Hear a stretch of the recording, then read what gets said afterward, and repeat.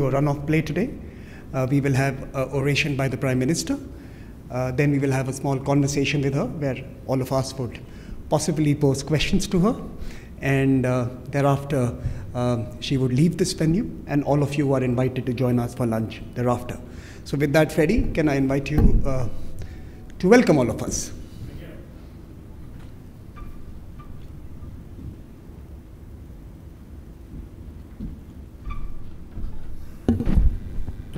Honorable Prime Minister of Denmark, Mette Frederiksen, and husband, Permanent Secretary of State, ambassadors, excellencies, ladies and gentlemen. It's indeed a great honor for me to say a few welcoming remarks. I can only say the following. You have to be green if you want to check into the future. With these few words, I welcome all of you. Thank you very much indeed.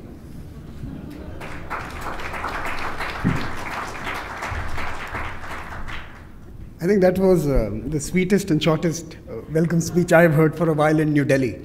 You give a Indian a mic and he's not going to leave it. So thank you for that, Ambassador. We have with us a keynote address by Prime Minister Mette Frederiksen. She's the second woman and the youngest person to serve as the Prime Minister of Denmark. She's been educated at the Aalborg University and the University of Copenhagen. She was elected as a member of the Folketing, the Danish Parliament, at the age of, in the year 2001. And following her elections, she was named as the party spokesperson for culture, media, and gender equality. Since then, she has served in a variety of roles, including Minister of Employment, Minister of Justice, and of course, the leader of opposition. Prime Minister Frederiksen has also dabbled in writing and has featured in 2 books, Apostlar and From Fight to Culture, both of them in the previous decade. And she tells me that her India visit is going to motivate her to write one. She is also determined to put together a 21st century strategic partnership. And I like the word green added to strategic. I think green is more than just how we consume and produce energy. It is about how we define ourselves in the new society that is emerging. And she has chosen India for this particular partnership. And I was telling her that the coverage and the fan following she is increasingly gaining in this country would possibly enable her to run from here very soon. So, Prime Minister, over to you. We await your address to all of us.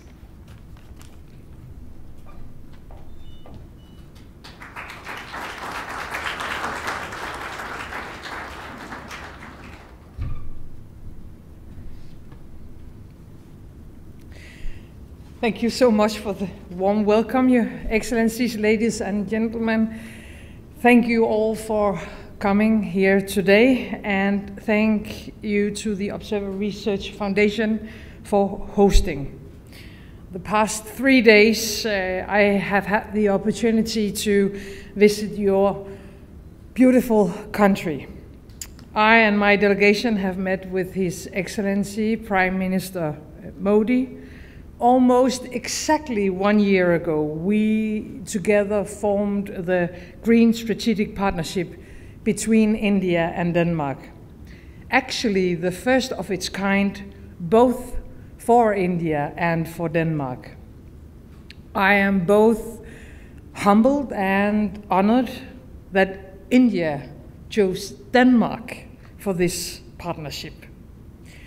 A partnership on the most important issue of our time, fighting climate change. In just a few weeks, world leaders from all over the world will gather in Glasgow for the next UN Climate Summit. It's a crucial summit this time, a summit that will reveal if we are willing to act and to deliver on the promises made in the Paris Agreement. Tackling climate changes may in many ways seem as an impossible task. But recently, it's like that the political winds have started to shift. I feel that there is a new belief. It's like there is a new urgency. And of course we can act on climate change if we want to make a difference and if we want to determine our own destiny. Today, I want to talk about the big tasks ahead of us and how we can make it if we work together. The current situation is, as you all know and all aware of, extremely critical. The latest report from the IPCC has made it very clear to all of us. Climate change is happening. Not in the future, it is happening right now. And unfortunately, it is happening faster than what we expected. The consequences are more serious than what we expected.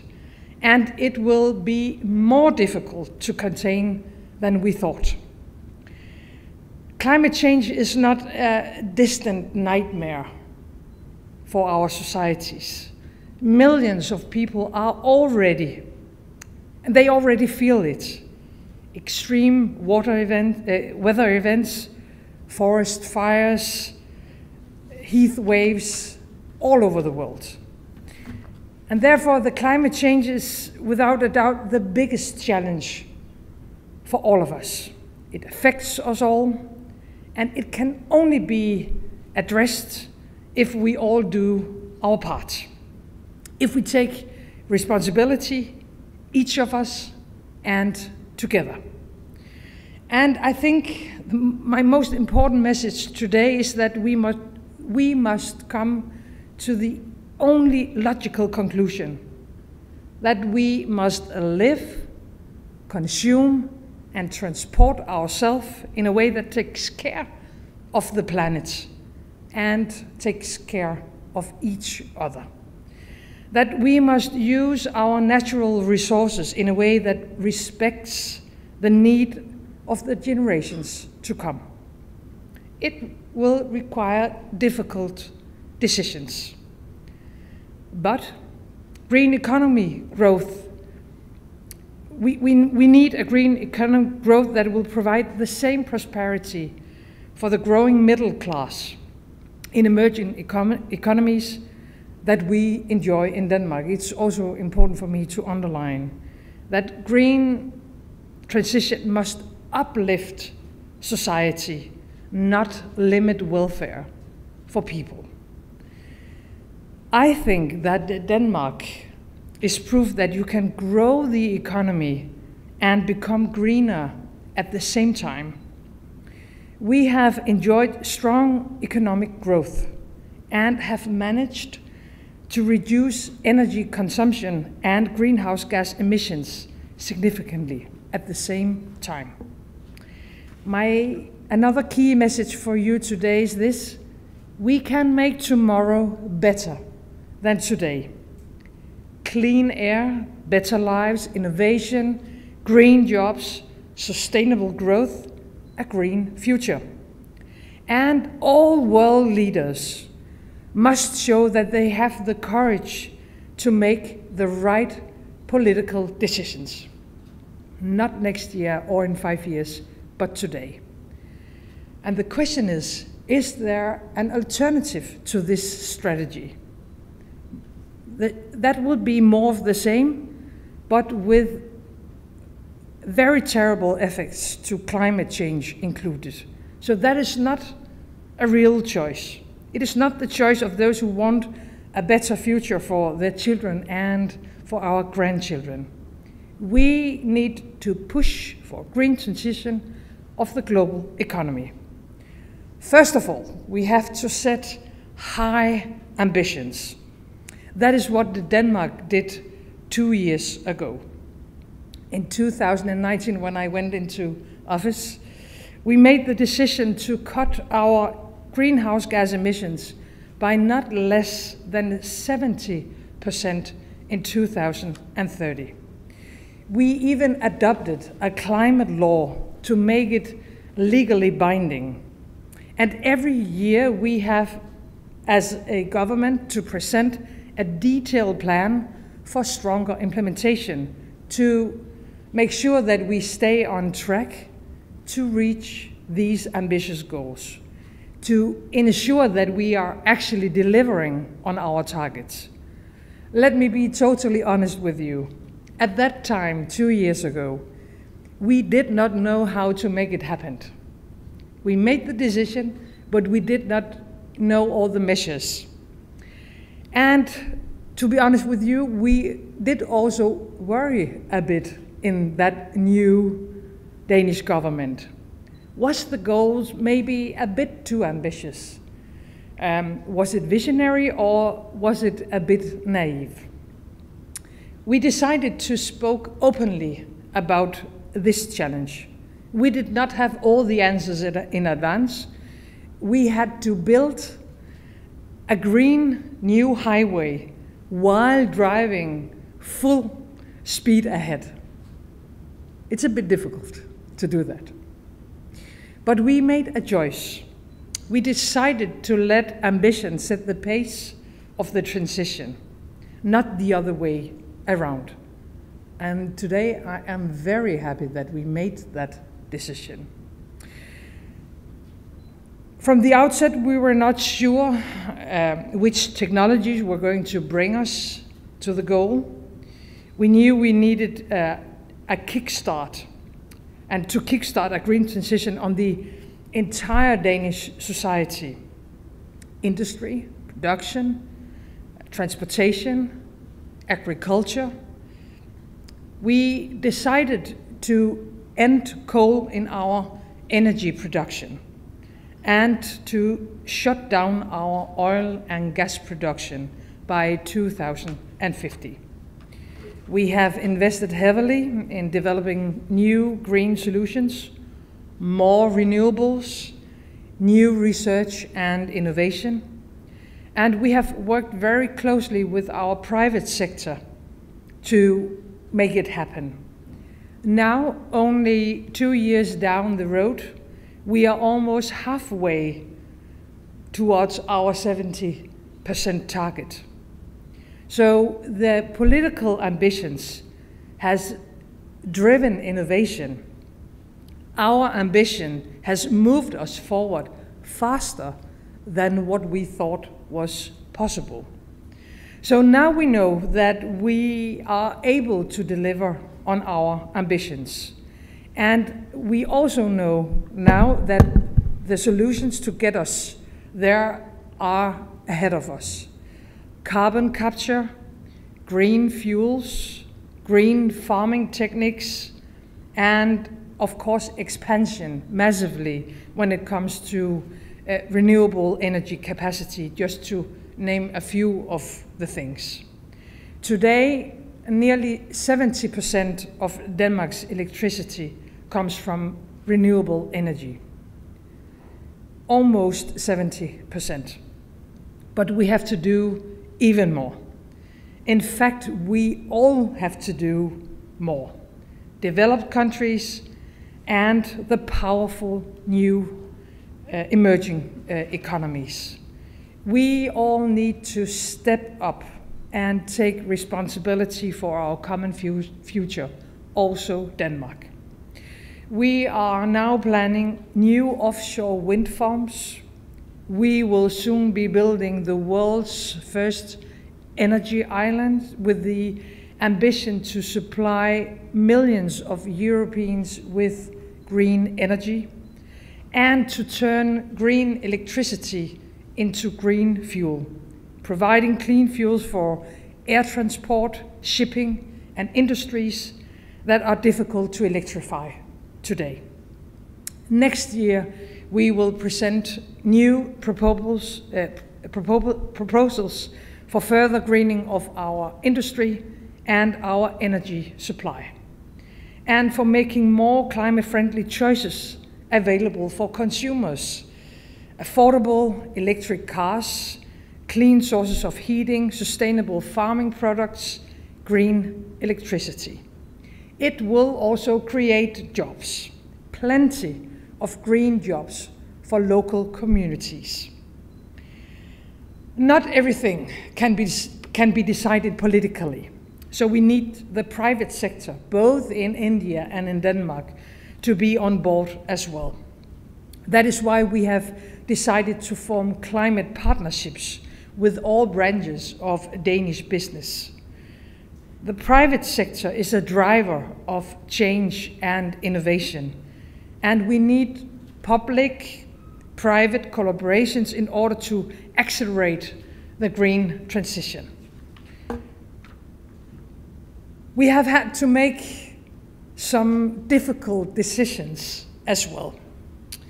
To be honest with you, shutting down our own national production of oil and gas in the North Sea, that was a difficult decision. That means leaving money in the ground, so to speak. Closing the last coal-fired power plants and putting a stop to financing fossil fuel projects abroad. Also difficult decisions. Difficult decisions because they change status quo immediately, and that because they rock the boat a bit. But we hope and we think that these difficult decisions will lead to new opportunities, new jobs, and new sustainable development. I hope that some of our examples will also inspire others to follow, to let ambitions decide the pace of the green transition, and for some of us also to overachieve. Of course, setting some very ambitious targets and climate goals is not enough. We need to deliver concretely on them.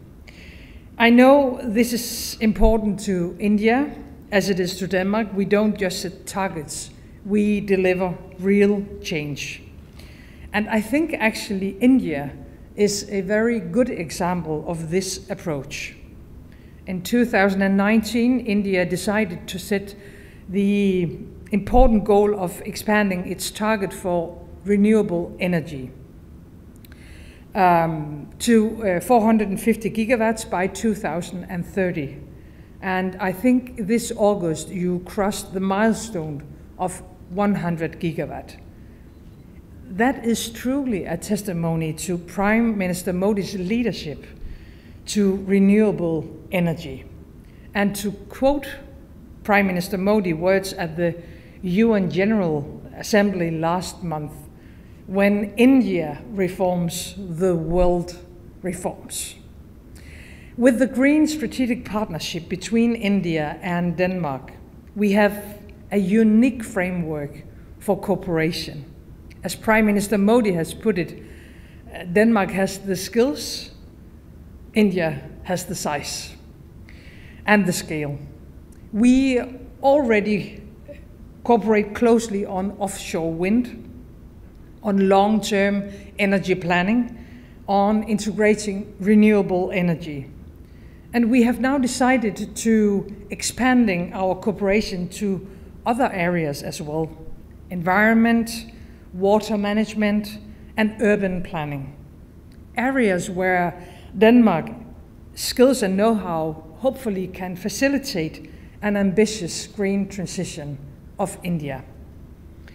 Denmark has more than 40 years of experience with green transition. I think we have shown that the green transition can be a driver for jobs and growth, not the opposite, as many people, of course, fear. And that it is possible to grow the economy and become greener at the same time. We have actually decoupled economic growth, energy consumption, and greenhouse gas emissions. For many years, people have said that this was not possible, that climate action meant reducing economic activity. We have proven them wrong. It is possible with this transition. In fact, since 2005, our economy has grown by 20%, the Danish economy, while our greenhouse gas emissions has fallen 34%. 34%. We want to share this experience and our green solutions with our partner countries. Of course, a green transition cannot happen without investments. financing is key to reaching an ambitious result in Glasgow only a few weeks from now. And I would like to underline that the world's richest countries has to deliver. And of course, Denmark is ready to do so. We will scale up our grant-based climate finance for developing countries to at least $500 million a year. The poorest countries are often hit hardest by climate change. That is why at least 60% of our grant-based climate finance will be dedicated to climate adaptation in the most vulnerable countries. We would also like to mobilize more public and private finance from other sources to support the transition. In total, Denmark will contribute at least 1% of the collective global target of $100 billion. That is well above Denmark's share, but we are willing to do so, and we hope that we with this can send a strong signal that Denmark is fully behind the goals of the Paris Agreement, and maybe also to push some of our neighboring countries in Europe. So we hope this will inspire others to follow. Ladies and gentlemen, right now we must all focus our energy on COP26 in Glasgow.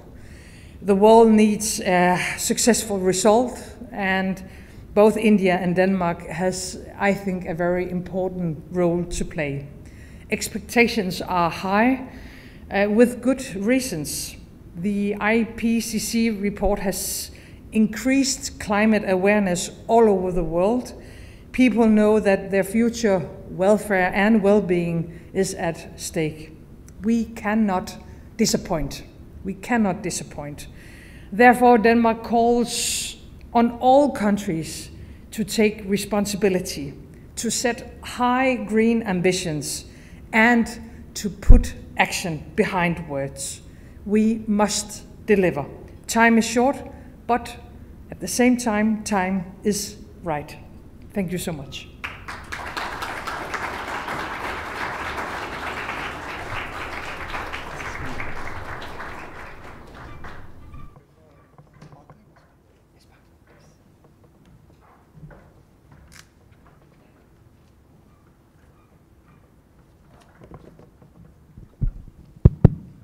As you settled down, I was, two things that you said really struck me. The first, of course, was the importance of political leadership. Once you decide, in many ways, you discover the pathways required to get to your ambition. And I think the Denmark story is about that political decision taken to transform. And I suspect many around the world have reached that conclusion to varying degrees, and hopefully, post-Glasgow, we will see greater political determination to make this transformation happen. Your stories of Denmark are very inspiring. We were delighted yesterday on the sidelines of your visit to enter into an agreement with the state of Green. And we hope we can bring many of your experts to interact with many of our experts in the coming days and months to put together a roadmap that takes us to our common future, which is green and which is sustainable.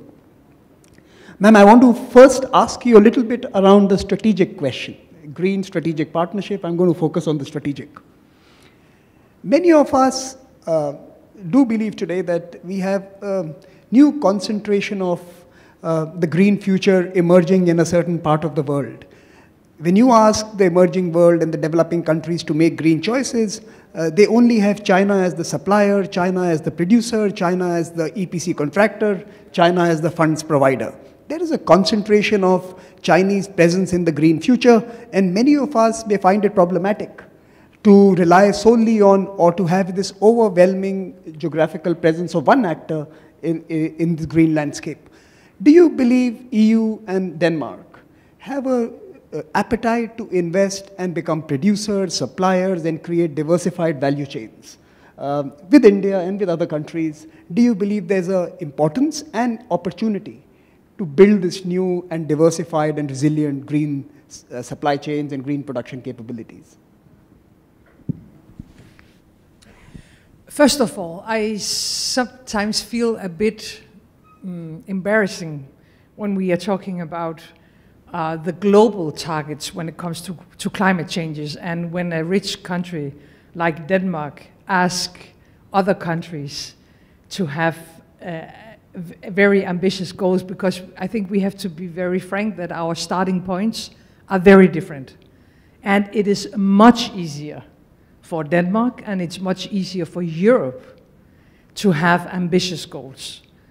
But at the same time, if you and other countries are doing all the same mistakes as we did, then we will not reach the goals in the Paris Agreement. So you need to act in a smarter way than what we did historically. But I think it's very important also to be sure that we will have the support of the populations in India and in many other places, that we are very honest about. It's easier to make a green transition in Denmark and Europe than it is in India. But we share the same world, and we are really in a hurry. So we have to work very close together. And I think this Green Strategic Partnership is fantastic. And I also think it's a bit funny, because India is such a big country. So many people live in this part of the world, and Denmark is such a small country. And this partnership between so different countries, different cultures, different traditions, but with many of the same values, can, I think, inspire the rest of the world. Then secondly, I think we need India to play a bigger role on the global scene when it comes to climate changes, but also in other difficult issues, and when it comes to tackling other difficult situations for the world. To be short, yes, I think Europe has to play a more active role internationally, also when it comes to supply, but we need India to do the same. And the European-India relationship is also important to strengthen. Madam Prime Minister, we have seen in the recent past, lots of European companies, many Indian companies have decided to, in many ways, reset their business pathways, embrace the green trajectory, make investments into the green future. All the old established super big companies are all going green. How does this allow new geographies to emerge? How does this allow new actors to emerge? We speak about gender-led green growth, women leading this green transformation. How do we create space for them? How do we catalyze their participation? How do we ensure the future is green, but the future is also more inclusive? That's a good question. And I'm not sure I'm able to give a total answer to that question, because you're right, many of the old big companies globally, and I can see it's the same in Denmark, is really into this green agenda. And it is, of course, much easier also to transform a private business when you have the scale than the opposite. But the majority of companies in India and in Denmark are small companies, and it will probably stay that way. So we need it to be easier to make some of the green choices when you are a startup, when you're into innovation, or when you are a small company. And I think, of course, investments and capital is very important when we are talking about that. And at the same time, for me, I'm a social democrat, so it's extremely important that we combine social welfare and sustainability and the climate change, because if we are only focusing on the green transition, I'm afraid that too many people will say, well, it's more important for me to have food enough for me and my family, to be employed, to have clean water and so on, than to talk about climate changes. So we have to build that bridge and to make sure that social sustainability and green transition goes hand in hand. Thank you, Prime Minister. Let me turn to some of our colleagues who are in the room. Let me first turn to Shikha Basin, Senior Program Lead in Technology, Finance and Trade Team at the CEEW. Shikha, are you there? Yeah, there you are. Yeah, it's working.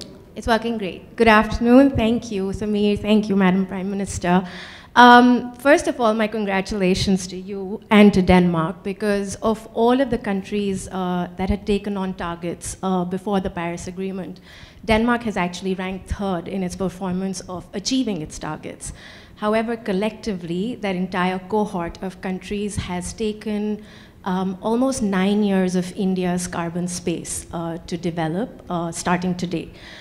So while you're right to suggest that not all agreements and decisions are political, this particular one is. So I'm wondering, with the COP26 coming up, what is Denmark's stance on getting other countries to front-load the commitments that they haven't met as we move into the Paris Agreement? Thank you. You know, just some few days before the leaders' meeting, when it comes to COP, the next COP26, we have the G20 meeting. And I think that is extremely important, that the G20 shows the rest of the world that they are all ready to deliver and to do more than that. So I think the G20 meeting is at least as important as the COP26 this year, because they are so closely connected to each other. If you're also asking me if I think Denmark and other countries should overachieve to make sure that we will actually be able to reach the 1.5 target, well, then the answer is yes. Because we need not only role models, but we also need countries who are willing to go all the way. So, yes. I think she was also asking you if the rest of the European leaders in your neighborhood are as committed, are as excited, or are as passionate about this journey as you clearly are. Yes and no. We have just decided on a new, more ambitious goal within the European Union. I'm very happy about that. It is not as ambitious as the Danish goal, but it's better than what it was before our discussions. Let me put it that way. There are also some differences within the European Union. And it is correct that Denmark is one of the most ambitious countries also in Europe. We also have some different starting points internally when it comes to the European Union. It is easier for some of the old Western European countries to deliver on the targets than it is for some of the old Eastern countries. We have much more renewables in Denmark than, for example, a country like Poland, so the transition that Poland needs to go through is more difficult than it is for Denmark. And therefore, again, I would like to underline that it's really important that we are aware of the differences and that we have different starting points to make sure that we have the support of our populations as well. But to be short, there is now a more ambitious goal within the European Union. So hopefully we will be able to deliver more than what we decided just a few years ago. Let me invite Jagjit Sareen, Assistant Director General, International Solar Alliance. The mic there. Good morning, Madam Prime Minister. Greetings from International Solar Alliance. Your vision and leadership that green growth and green transition can go hand in hand is very, very inspiring. You know, Denmark recently joined International Solar Alliance. Could we expect similar leadership from you and the government of Denmark in promoting solar as a preferred choice for energy globally? In particularly, we are looking for support of Denmark in promoting solarization of applications for agriculture use. You know, you have been promoting solar water pumps. Could we invite support from Denmark to promote this technology in least developed countries? This would help their adaptive capacity as well. Thank you, Prime Minister. I think the question is that can Denmark be playing a more active role in the least developed countries, emerging economies, and promoting solarization of their choices in the days ahead? Yes, hopefully we can also take part in that, and I'm also very happy that we have just joined. It is, of course, extremely important because we need renewables globally, and we need also to have different choices when it comes to renewables. So we would try to also play an active part and role in this question. And here again, is there a vision? I don't want to ask you to tell us what you spoke to the Prime Minister about, but do you think there's a role for trilateral partnerships in different regions of the world between India, Denmark, working with other countries bilaterally, trilaterally, or in a group? Is that something that is on the horizon? Yes, I think these partnerships is a good idea because the only thing I really fear about the global discussion about climate changes is that how to make sure that we build the bridge between the wordings and our targets and the ambitious goals and concrete results. It is the difficult part is not holding a speech or saying the right words or not even to make the decision on the targets. The worst part and the hard job is to make concrete results. And I think partnerships is the right way of doing it because we have different experiences and we have different skills. When you look at different countries, it's correct. We started early in Denmark, actually before I was born, with the green transition, and that's one of the reasons why we are now so strong when it comes to renewable and especially to wind. So when different countries have different skills and experiences, we can make concrete partnerships. And actually now we are talking at India and Denmark about not only focusing on climate changes and renewables and water, but also agriculture and health. Because we have had a lot of discussions, Prime Minister Modi and myself, during the pandemic. And I think in many ways the pandemic showed this, how fragile we are. We know that about climate changes, but now we also realize that when it comes to a pandemic, we are so fragile that if we are not able to work very close together, then we will not be able to give the right answers. And when it comes to vaccines and the pandemic, well, none of us are sure before all of us are secured. So I think partnerships is the right way to make sure that it's concrete. And I really want to take this opportunity to thank you and the government of Denmark for taking leadership on actually supporting some of the South Asian countries with vaccines, especially when India was going through its terrible second wave. I think countries such as Denmark stepped up, and I think that's something that we should acknowledge. And thank you, Freddy, for all of the work that you did as well. Let me turn to Serena Kumar, Senior Fellow from the Observer Research Foundation. Good morning. Thank you, Prime Minister.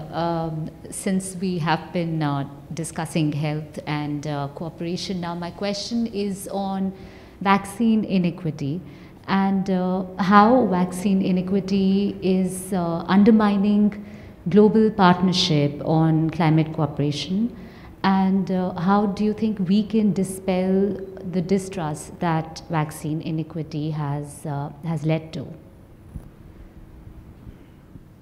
Because of the lack of vaccines? I think the question here is that we have seen rich countries have got vaccines, poor countries are struggling with vaccines. Now you want the poor countries to become your friends when it comes to climate change. But when it comes to vaccines, they're on their own. Thank you for today. I'm leaving now. No, of course, that is a very necessary question to be raised. And we have to be sure that everyone will be vaccinated. We have made some tough decisions when it comes to vaccines. And I'm not sure that I will get your support, but I'll try to explain the reason why we have made those decisions that we made. Of course, as a prime minister and as a government, you always have to take care of your own population. It's on the first page of the Prime Minister book. Your own population, or as your Prime Minister says, nation first. We had a long discussion 2 days ago about the ideas of your Prime Minister, and he was telling me again and again and again, nation first. So when it comes to a pandemic and a global strategy when it comes to vaccines, I'm sorry globally, but nationally, I have to take care of my own population. And I think it's the same picture you saw in all countries. But saying that, at the same time, you have to do whatever you can to make sure that everyone else can make the same choice. And that's the problem, that too many countries have been left behind with too few vaccines. So first of all, we need to make sure that we will not face this situation again. Because when we were in the first wave of the pandemic, we were all in lack of very simple equipment. We didn't have masks enough. We were not able to secure sanitary and so on worldwide. And you actually asked about the global supply system. So we need to make sure that we will not be in this situation again. Secondly, we have decided to actually donate more vaccines than numbers of Danes. We have now donated around 6 million vaccines, or decided to donate, and we are not more than 5.5 million Danes. So donation of vaccines is important. And then thirdly, of course, a very close cooperation on vaccine production is extremely important. So there is a global lack of vaccines still, and it's a global responsibility to solve that situation, and even more important, to make sure that we will not face that situation again. And do you believe this might be a factor when you are negotiating with all countries at Glasgow? I think the meeting in Glasgow will focus on climate changes, but we are very much aware that a lot of countries are now facing a third wave or even a fourth wave of the pandemic. And the vaccines are our super weapon. I mean, that's the only way out of the global health crisis. Great. Madam Prime Minister, I know you have to leave, you have another meeting. I want to take this opportunity to thank you for, actually I have 3 thank yous for you. The first thank you is for your inaugural address at the Raisina Dialogue. We were hoping to see you in India much earlier. We were hoping to host you in person for you to inaugurate the Raisina Dialogue this year. We had to do it virtually. So first thank you is for your partnership and for your leadership at the Raisina Dialogue. The second thank you is for today, is for working with India, for partnering with India, for exploring opportunities and methods of greening our future, of making it more sustainable, of creating jobs, of creating value. And I thank you for your leadership, and I thank you for addressing all of us this morning in Delhi. And the third thank you is for not making us feel alone. You know, when you were speaking this morning, you said that you made the political decision without really knowing how to do it. We have been doing it for 70 years. So as Indians, we don't feel alone. We thought we were unique. But you made us feel that we were not alone in that particular attribute. And also the second part about driving without a road, we do it all the time as well. And in that sense, thank you for making us feel a part of your world as well. But just to commemorate this occasion, let me invite the powerhouse at the Observer Research Foundation, Tanubi Nongom, to present to you a memento on all our behalves. This is a Raisina memento, actually, and I owe you one for this particular speech the next time. But Tanubi, can you join us on stage? And Ambassador Swain, can you join us as well? And can I request the first man to join us as well for a family photo?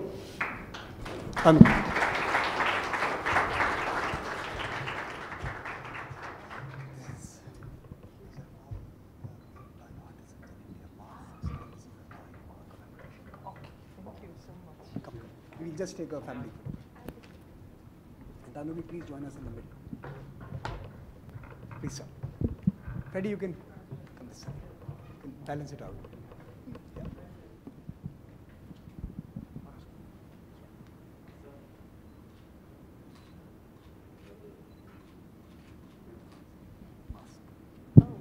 You're the safest.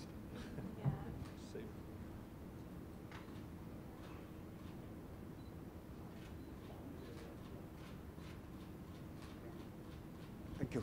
Thank you, and the Prime Minister will now leave the venue. I request you all to remain seated, and after that, please join us for lunch. Thank you very much.